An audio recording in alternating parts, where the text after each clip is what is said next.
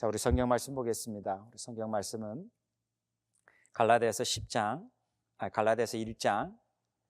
10절에서 12절까지 보겠습니다. 13절에서 24절까지는 한 센텐스이기 때문에 10절에서 12절까지 지난주에도 같은 본문이죠. 우리 같이 한번 보도록 하겠습니다. 갈라디아서 1장 10절에서 12절까지입니다. 내가 지금 사람들의 마음을 기쁘게 하려고 하고 있습니까? 아니면 하나님의 마음을 기쁘게 드리려고 하고 있습니까? 아니면 사람의 환심을 사려고 하고 있습니까? 내가 아직도 사람의 산심을 사려고 하고 있다면 나는 그리스도의 종이 아닙니다. 형제자매 여러분, 내가 여러분에게 밝혀드립니다. 내가 전한 복음은 사람에게서 비롯된 것이 아닙니다. 이 복음은 내가 사람에게서 받은 것도 아니요 배운 것도 아니요 예수 그리스도의 나타나심으로 받은 것입니다. 아멘.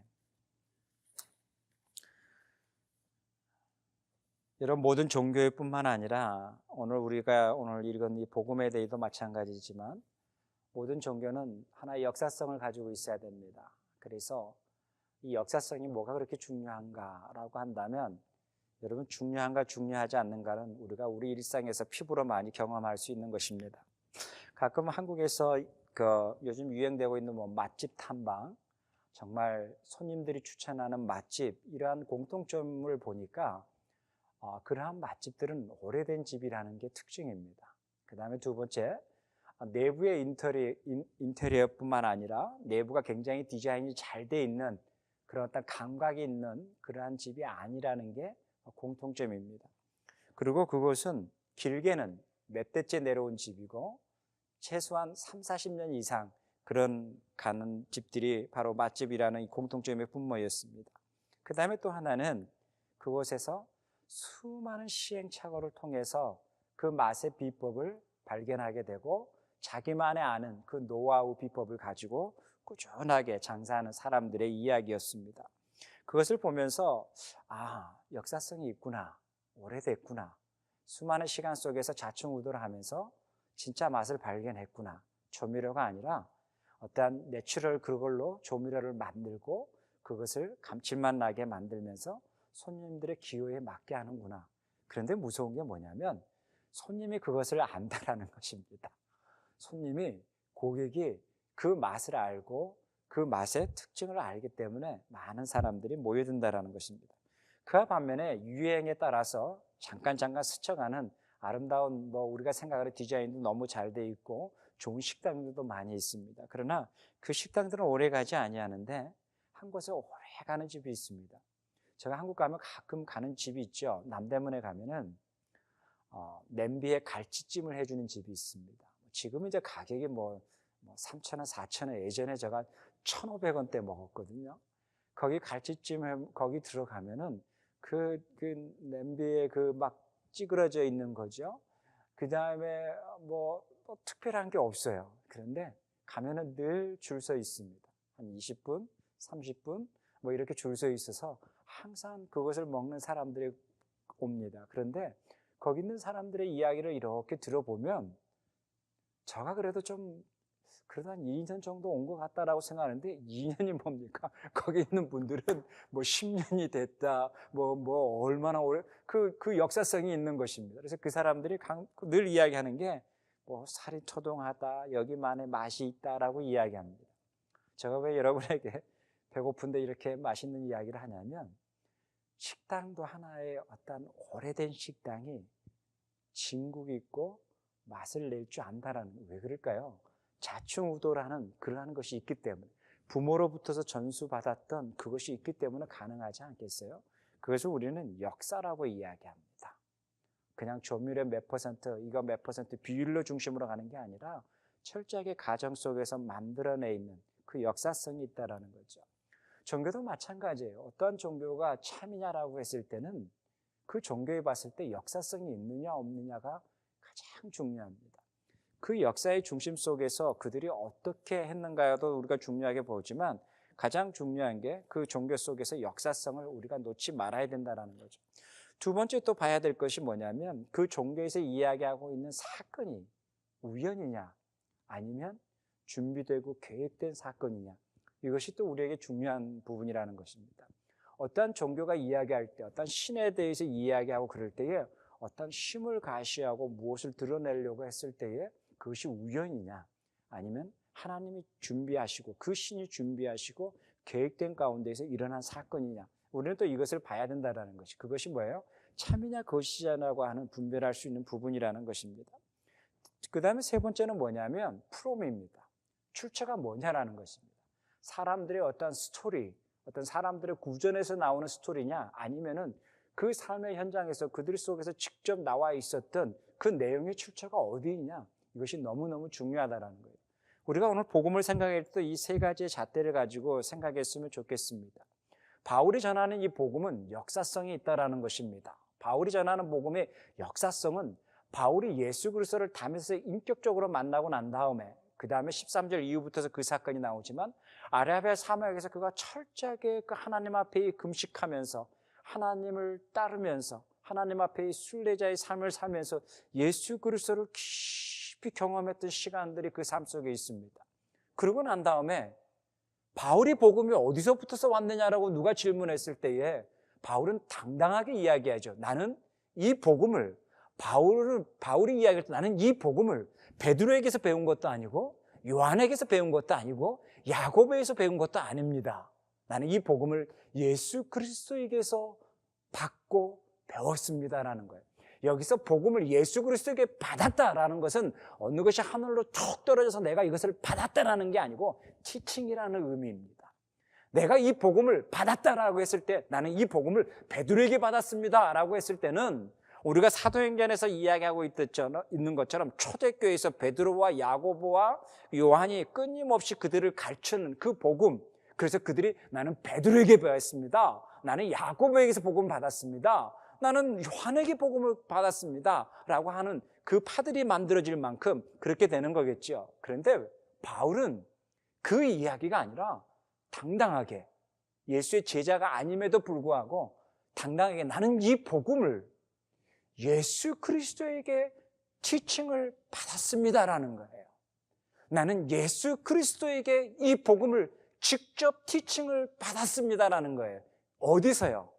바울의 인생 가운데에서 다메섹에서부터 시작을 해서 아라비아 사막에까지 바울에게 임했던 하나님의 성령 예수 그리스도의 영으로 말미암아 바울은 직접 나는 예수 그리스도를 목격했고, 그리고 나는 예수 그리스도에게 직접 이 복음을 받았습니다라는 거예요. 그러면서 바울이 자기 아이덴티티를 발견하는 거죠. 나는 이 복음을 받았는데 이 복음이 나에게는 능력이 됩니다라는 거예요.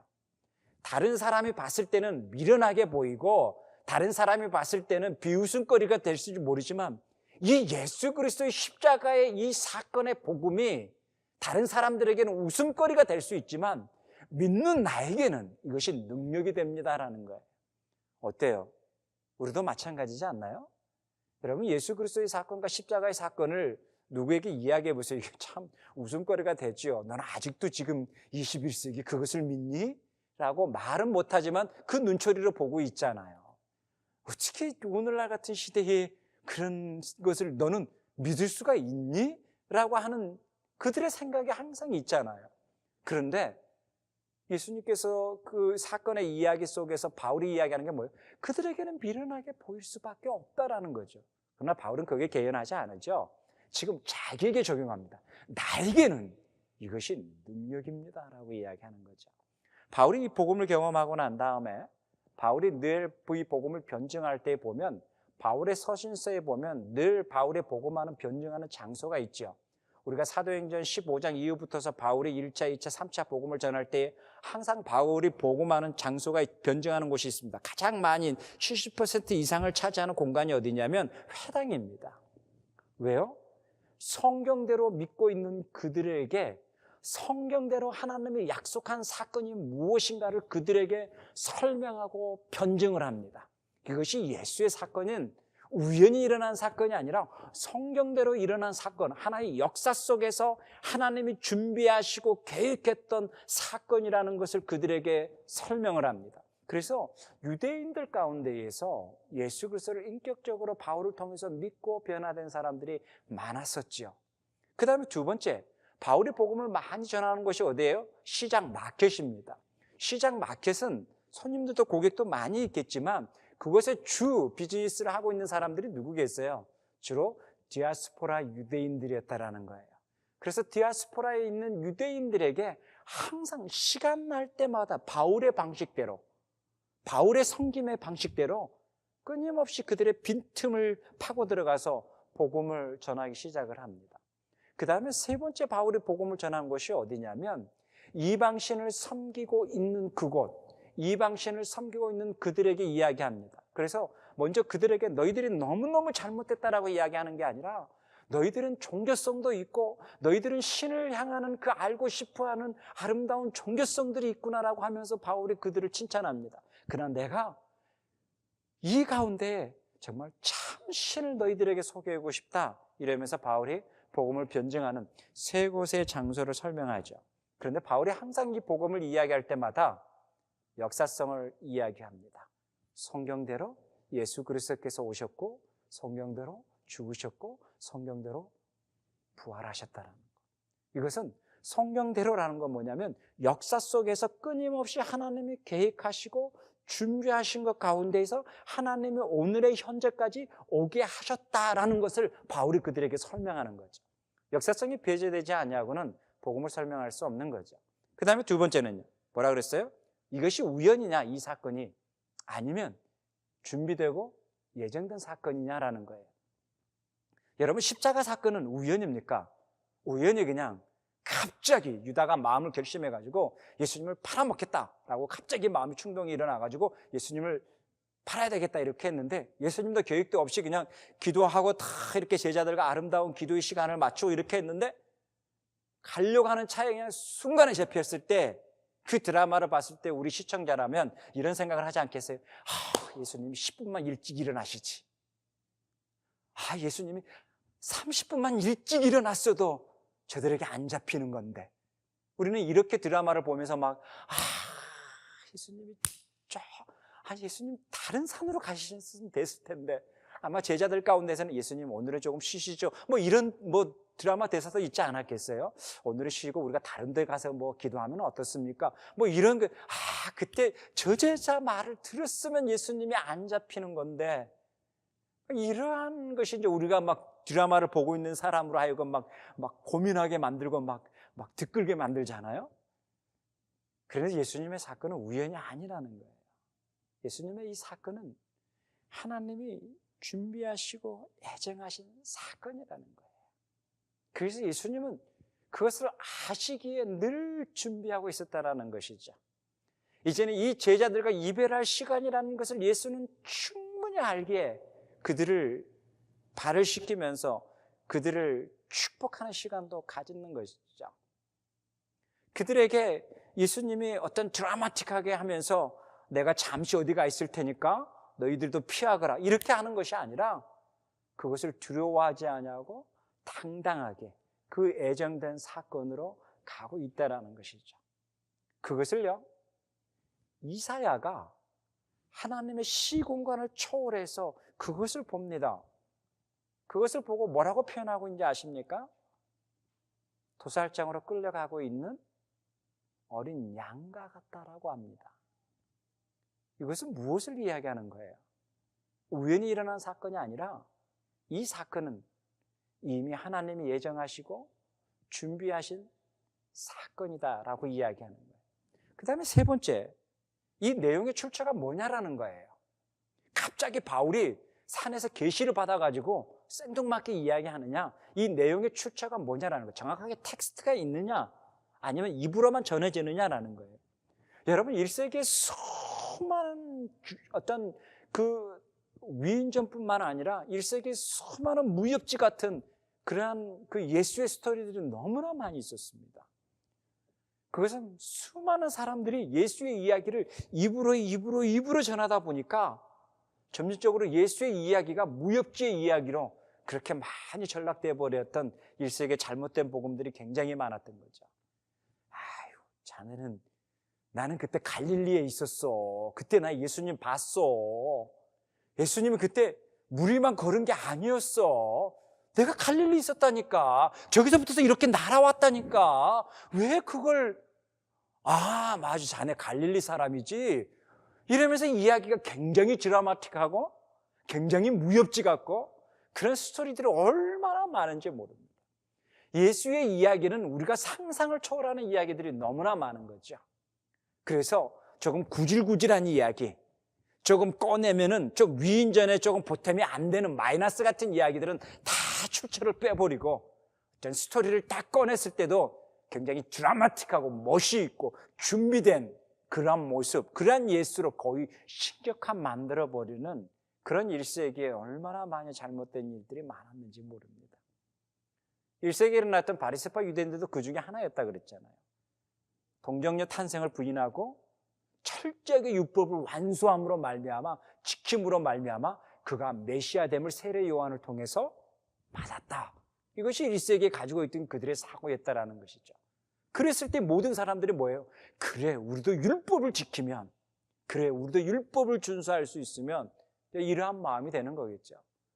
그러기에 복음이 참이냐 거짓이냐 바울이 끊임없이 이야기했을 때 바울이 전하는 복음의 내용들을 우리가 출처를 보면 정확하게 우리가 알 수가 있다는 것이죠. 역사성, 성경대로 끊임없이 바울의 편지들에 보면 성경대로 구약의 역사의 기반에 의해서 하나님이 예비하시고 준비하셔서 오늘에까지 왔다라는 것을 끊임없이 바울이 변증하고 있죠. 그 다음에 두 번째는 뭐예요? 바울의 그 부분 속에서 끊임없이 바울이 이야기하는 부분의 복음의 내용의 핵심은 뭐예요? 우연이 아니라 하나님의 예정된 사건이라고 했죠. 그 다음에 세 번째, 출처가 어디냐라는 거예요. 이 스토리는 철저하게 하나님의 텍스트에서, 구약의 성경에서 이것은 나왔다라는 것이죠. 이것이 뭐예요? 어떤 복음이 참 복음이냐 거짓 복음이냐라고 한다라는 것이죠. 여러분 성경을 보면 데살로니가 전서 1장 5절에 보면 이렇게 이야기했잖아요. 복음은 말로만 전하는 것이 아니라라고 이야기합니다. 여러분 복음은 말로만 이야기하는 게 아닙니다라고 이야기합니다. 복음은 능력과 성령의 큰 확신으로 전합니다라는 거예요. 이게 왜 가능할까요? 바울이 이야기하는 거, 복음은 말로 전하는 게 아닙니다. 복음은 능력과 성령의 큰 확신으로 전합니다라고 이야기합니다. 그게 가능하고 가능하지 않는 사람의 두 가지가 있습니다. 첫째, 복음을 지식과 의지로 경험한 사람과 두 번째, 복음을 미련하게 보이지만 남들에게 설명할 수 없지만 하나님의 능력됨으로 고백되어지고 하나님의 능력을 경험했던 사람. 그래서 그 복음 안에 철저하게 예수 그리스도가 나의 주님이라고 고백한 사람에게는 복음이 말로 전하는 스토리가 아닌 거죠. 복음은 뭐예요? 능력과 성령의 큰 확신으로 전하는 거죠. 그게 어디예요? 저와 여러분의 삶의 자리라는 거예요. 그 다음에 또 우리가 고린도전서 1장 18절에도 동일한 부분을 이야기하죠. 십자가의 말씀이 멸망한 자들에게는 뭐예요? 당연히 어리석게 보이지요. 여기서 멸망한 자들이라는 단어를 다른 말로 표현하자고요. 십자가의 말씀이 믿지 아니하는 사람들에게는, 십자가의 말씀이 넌크리스찬에게는, 십자가라는 이 사건의 이야기가 일반인들에게는 말도 안 돼, 이렇게 미련하게 보이는 이야기지만 이것을 경험한 나에게는 이거 어떻게 나타날까요? 미련한 이야기라고 나타날까요? 이것은 하나님이 나에게 베풀어 주신, 하나님이 나를 향하신 하나님의 사랑과 능력이라고 고백이 나오는 거죠. 이것이 뭐예요? 은혜라는 거예요. 그러기에 이 바울이 고백에 이야기한 것처럼 구원을 받는 우리에게는 하나님의 능력입니다라고 고백이 되어진다는 거예요. 그러기에 이 복음의 역사성을 경험하고 있고 우연이 아니라 하나님의 예정됨을 경험하고 있고 이 복음의 내용의 출처가 성경대로 하는 하나님의 역사의 무대에 있는 그 말씀에서 나왔다고 이 복음을 경험한 이들에게는 이 복음의 능력이요, 그들의 삶 속에서, 그들의 삶의 터에서 큰 확신으로 나온다라는 거예요. 그러기에 우리가 두려워하지 말아야 될 이유가 있는 거죠. 내가 십자가 사건을 믿는다고 해서 시대에 뒤떨어진 사람인가? 내가 예수 그리스도를 믿는다고 해서 굉장히 이 시대에서 원시적인 그러한 삶, 원시적인 그런 종교를 가지고 이 최첨단을 가지고 있는 과학의 문명 속에서 아직도 옛날 고리타분한 그러한 것을 믿고 있다니, 라고 하는 비웃음거리가 아닌가? 이것도 두려워할 이유가 아닌 거죠. 성경은 그 모든 부분을 이미 예측하고 우리들에게 말씀하는 거겠죠.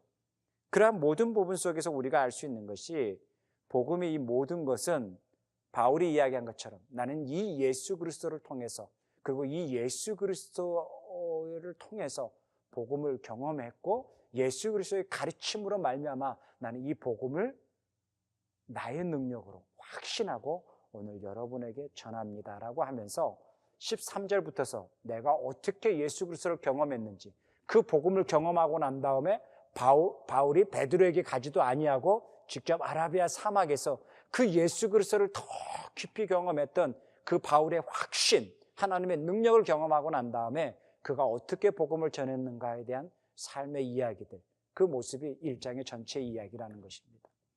자, 이제는 우리들에게 한번 적용해 보자고요. 우리가 경험한 복음은 어떤 복음입니까? 저와 여러분이 경험한 복음은 저와 여러분이 경험한 이 복음은 저와 여러분의 삶 속에서 가치관 속에서 어떤 변화를 줍니까? 이 변화를 주는 이 가치관과 이 생각과 삶의 터 위에 우리는 어떤 고백과 감사함으로 생활하고 있습니까? 행복의 기원이라는 책이 있습니다. 그 책에 한국 사람이 쓴 책인데 보면 사람들이 소유하고 싶어하는 행복은 소유하면은 그 행복하다라고 느끼는 것의 정구가 오래 가지 못한다라는 거예요. 길게는 3일, 어떨 때는 몇 달을 갈 수 있겠지만 그 정구가 행복하다고 오래 갈 수 있는 것은 소유가 아니라 내가 많이 가지고 있는 소유의 개념이 아니라 생각의 차이다라고 이야기를 합니다. 그 사람은 아마 크리스찬이 아닐 거라고 생각을 합니다. 생각의 차이인데 그 생각의 차이 가운데에서 가장 큰 힘은 뭐냐? 감사함이라는 것입니다. 얼마나 많이 내가 지식을 가지고 있다고 해서 이꼴을 행복하다라는 게 아니라는 거죠. 지식을 많이 가지고 있어서 많은 재물을 가지고 있어서 잠깐 행복하다라는 것의 정구는 조금 갈 수는 있겠지만 이것이 지속적으로 우리를 행복하게 만들지는 않는다라는 거예요. 그러게 행복의 근원이 뭐냐? 지금 우리가 성경에 초점을 맞춰서 행복의 근원이 뭐냐라는 거예요.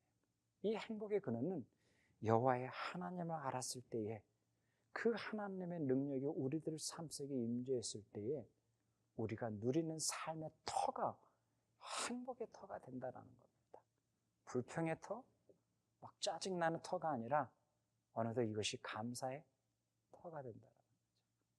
저희 큐티 말씀 나눈 것 가운데에서 예레미야 말씀 7장에 7장 1절에서 15절 말씀인데 제가 이 예레미야 7장을 이 큐티를 보면서 너무너무 여호와 하나님이 매력있고 멋있다라는 걸 저들에게 느낍니다.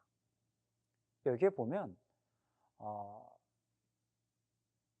여호와 하나님께서 예레미야를 통해서 그 공동체와 사회가 어떻게 건강하는가에 대해서 설명을 하고 있습니다. 한번 제가 읽어드리겠습니다. 예레미야 7장입니다.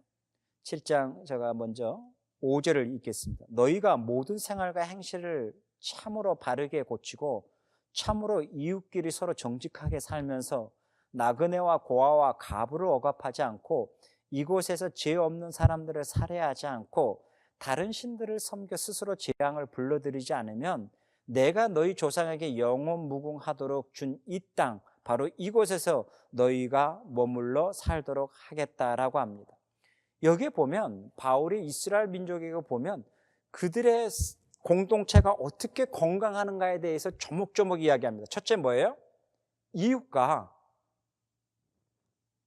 정직하게 생활하는 겁니다. 이웃과 정직하게 생활하는 거예요. 여기서 이웃은 누구겠어요? 이방인도 마찬가지겠죠. 어떤 전통 유대인이 아닌 이들도 있겠죠. 이웃과 정직하게 생활하는 것을 이야기합니다. 그래서 너희들의 모든 생활과 행실을 참으로 바르게 하라는 것입니다. 이게 하나님의 백성의 모습입니다. 하나님의 백성의 모습은 여호와의 하나님의 능력을 경험한 사람들은 사회라는 공동체 안에서 그들의 생활과 행실이 바르게 생활해야 된다는 것입니다. 그것이 뭐예요? 정직이겠죠. 그 다음에 두 번째예요. 아주 구체적으로 이야기하고 있는 건 뭐냐면 너희들은 나그네와 고아와 과부들을 억압하지 말라라고 이야기합니다.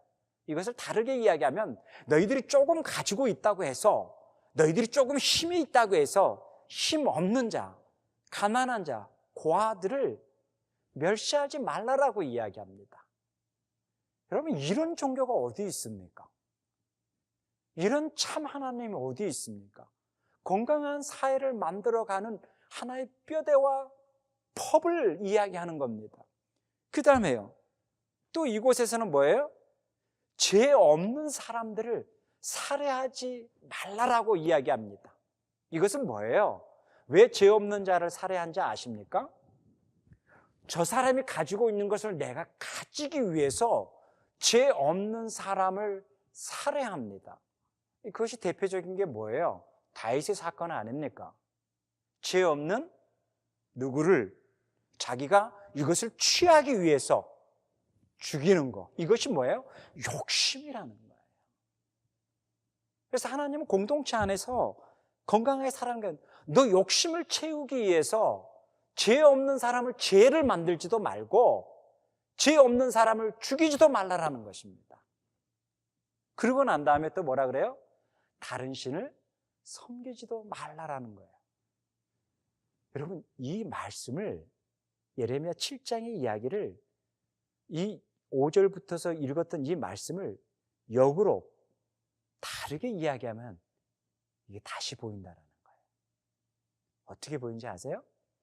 다른 신을 섬기지 아니하고 여호와의 하나님을 섬기게 되면 정직하고 바르게 생활하며, 여호와의 하나님을 섬기게 되면 고아와 과부를 멸시하지 아니하게 되며, 여호와 하나님을 섬기게 되면 내 욕심을 위해서 다른 것을 죄를 만들거나 그 사람을 죽이지도 아니하며.